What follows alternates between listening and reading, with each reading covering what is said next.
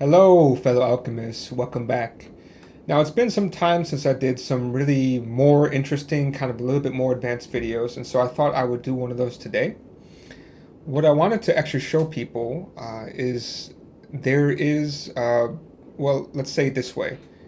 When you're developing a Phoenix application, or an application that was created using the Phoenix generator at least, there's the Phoenix auto reloader, which actually gets enabled. And so when you start developing your app in the dev mode, every time that you save something, usually the view or the template or whatever, you get an auto reload and everything's kind of refreshed. What I wanted to show you guys is that, I don't know if you guys know this, but you can actually use that in your other apps, I believe. But there's more than one code reloader in Elixir. And what I wanted to show you is, I was listening to the Thinking Elixir podcast recently, and they covered one called Exsync, and the person who brought this up was a guy named Jason Alexson. And I just went ahead and checked it out, and it was very easy to set up, and so I thought, why not show you guys how to use this in case you're making just maybe a plain Elixir app, and you needed to use some hot code reloading.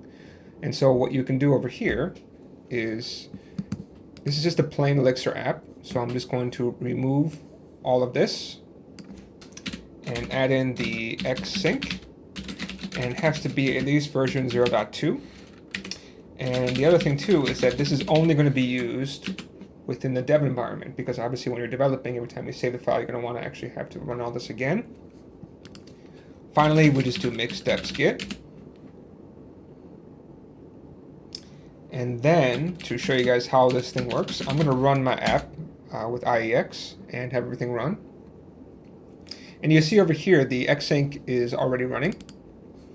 And then finally, to kind of give you guys an idea how this thing works.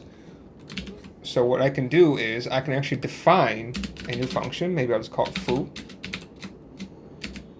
And it could just return an atom of bar.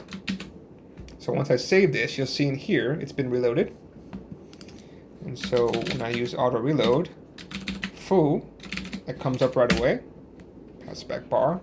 And you can even redefine the function too. So you can say, okay, foo, I'm going to pass back whatever is the variable bar. So now this is just going to be the variable of bar.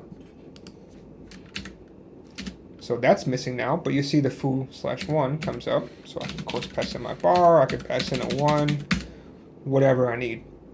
So this is really, really cool and actually extremely easy to do. All you need to do is just add the dependency to your app, and then you have basically automatic code reloading just based upon the lib folder.